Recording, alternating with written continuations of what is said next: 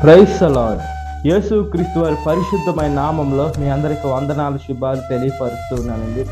దేవుడు పరిశోధించేటువంటి దేవుడై ఉన్నాడు. అంటే మనల్ని ఈ లోకంలో ఆత్మీయ జీవితానికి అంచెలంచెలుగా ఎదగనిచ్చేదానికి యేసు క్రీస్తు వారు మనకి కొన్ని పరీక్షలు పెడుతూ ఉంటారండి.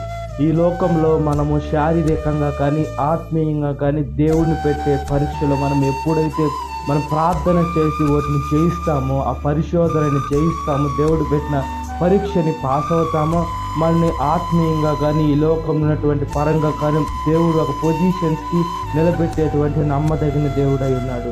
ఈ లోకంలో ఒక ఉద్యోగానికి వెళ్ళాలంటేనే ఎంట్రన్స్ రాయాలి, లేదా ఎగ్జామ్ రాస్తేనే దాని క్వాలిఫికేషన్ అవుతూ ఉంటాం.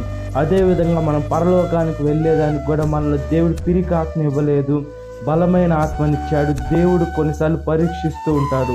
ఆ పరీక్షకి మనం భయపడి మనం ఎప్పుడైతే వెనక్కి తగ్గుతూ ఉంటామో సాతాను మనల్ని శోధిస్తూ ఉంటుంది.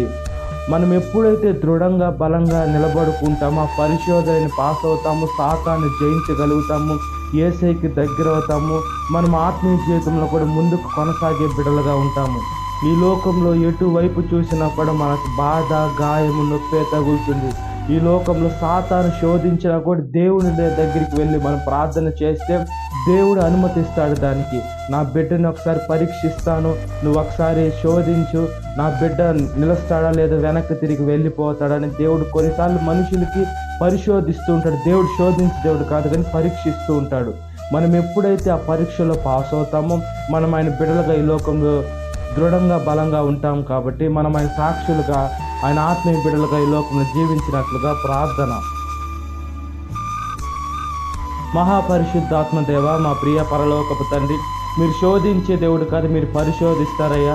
మీరు కృపనిచ్చే కృపలోనికి, మహిమనిచ్చే మహిమలోనికి, పరిశుద్ధతలోనికి, ఒక ఉన్నతమైన స్థానంలోకి మేము ఎదిగేదానికి భాగ్యాన్ని ప్రసాదించండి. ప్రతి ఒక్క చెత్త జీవితాన్ని తీసివేయండి. ఈ లోకంలో ఎటువైపు పోయినా కూడా మా జీవితాన్ని మేము నాశనం చేసుకునే బిడలుగా ఉంటామయ్యా.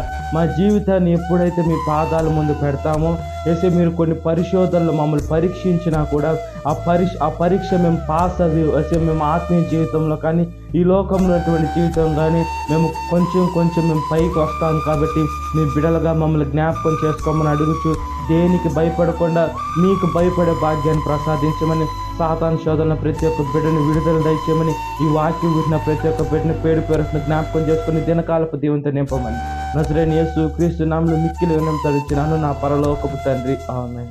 Praise the Lord. God bless you. Have a great day.